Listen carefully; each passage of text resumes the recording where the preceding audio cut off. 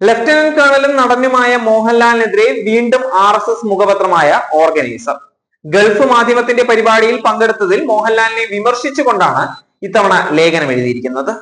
India Pak സംഘർഷം നടക്കുമ്പോൾ ജമാഅത്തെ ഇസ്ലാമിയുമായി നടൻ സഹകരിച്ചിരുന്നുവെന്നും പണം കിട്ടിയാൽ പാകിസ്ഥാനിലും പരിപാടിക്ക് പോകുമോ എന്നുമാണ് ലേഖനത്തിൽ ഓർഗനൈസർ ചോദിച്ചിട്ടുള്ളത്. എന്നാൽ വിവാദമായതോടെ പ്രസ്തുത ലേഖനം ഓർഗനൈസർ പിൻവലിക്കുകയും ചെയ്തിട്ടുണ്ട്. മോഹൻലാലിന്റെ ലഫ്റ്റനന്റ് കേണൽ പദവി റദ്ദാക്കണമെന്നും ഓർഗനൈസർ ആവശ്യപ്പെട്ടിരിക്കുകയാണ്.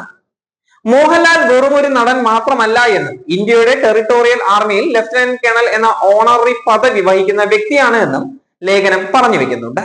യാഥാസ്ഥിക നിലപാടുകൾക്കും സിനിമയോടുള്ള എതിർപ്പിനും പേരുകെട്ട ജമാഅത്തെ ഇസ്ലാമി ഇതുവരെ ഒരു സിനിമാ നടനെയും ആദരിച്ചിട്ടില്ല.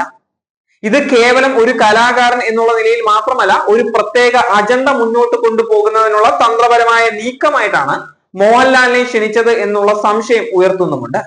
സാമ്പത്തിക പ്രോത്സാഹനങ്ങൾ ലഭിച്ചാൽ പാകിസ്ഥാനിൽ നിന്നും സമാനമായ അംഗീകാരം അദ്ദേഹം സ്വീകരിക്കുമോ എന്ന് പോലും ചോദ്യങ്ങൾ ഉയരുകയാണ്.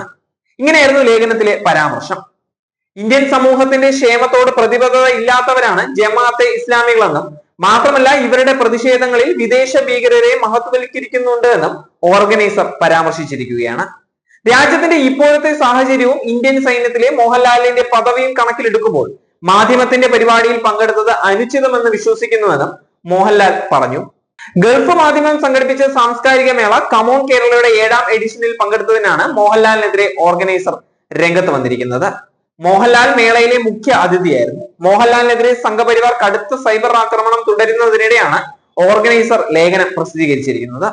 പാകിസ്ഥാനിലെ ഭീകര കേന്ദ്രങ്ങൾ ലക്ഷ്യമിട്ട് ഇന്ത്യ നടത്തിയ ഓപ്പറേഷൻ സിന്ദൂറിന് പിന്നാലെ സൈന്യത്തെ പിന്തുണച്ചുകൊണ്ട് മോഹൻലാൽ പങ്കുവച്ച പോസ്റ്റുകൾക്ക് താഴെ സംഘപരിവാർ രൂക്ഷമായ ഭാഷയിൽ തന്നെയാണ് അധിക്ഷേപം നടത്തിയിട്ടുണ്ടായിരുന്നത്. എമ്പുരാൻ സിനിമയ്ക്ക് പിന്നാലെ മോഹൻലാലിനെതിരെ സംഘപരിവാർ സ്വീകരിച്ച നിലപാടിന്റെ തുടർച്ച തന്നെയാണ് ഇന്ത്യ പാക് സംഘർഷത്തിനിടയിലും കണ്ടിട്ടുണ്ടായിരുന്നത്. പൃഥ്വിരാജിന്റെ സംവിധാനത്തിൽ പുറത്തിറക്കിയ എമ്പുരാനിലെ ഗുജറാത്ത് കലാപം അടക്കമുള്ള രംഗങ്ങൾ നേരത്തെ സംഘപരിവാറിനെയും RSSനെയും പ്രകോപിതരാക്കിയിട്ടുണ്ടായിരുന്നു. കേന്ദ്ര അന്വേഷണ ഏജൻസികൾ ഉൾപ്പെടെ വിമർശിച്ചുകൊണ്ടുള്ള സംഭാഷണങ്ങൾ സിനിമയിൽ ഉണ്ടായിരുന്നു. തുടർന്ന് വലിയ സൈബർ ആക്രമണമാണ് മോഹൻലാലിനും പൃഥ്വിരാജിനുമെതിരെ സംഘപരിവാർ നടത്തി വന്നിട്ടുണ്ടായിരുന്നത്. ഒടുവിൽ എമ്പുരാൻ റീ എഡിറ്റ് ചെയ്യാൻ സിനിമയുമായി ബന്ധപ്പെട്ടവർ നിർബന്ധിതരാവുകയും ചെയ്തിട്ടുണ്ടായിരുന്നു.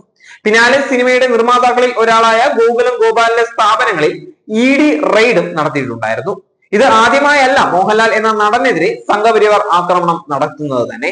2024 അയോധ്യ രാമക്ഷേത്രത്തിലെ പ്രാണപ്രതിഷ്ഠാ ചടങ്ങിൽ പങ്കെടുക്കാൻ ക്ഷണം ലഭിച്ച വ്യക്തികളിൽ ഒരാൾ മോഹൻലാലായിരുന്നു.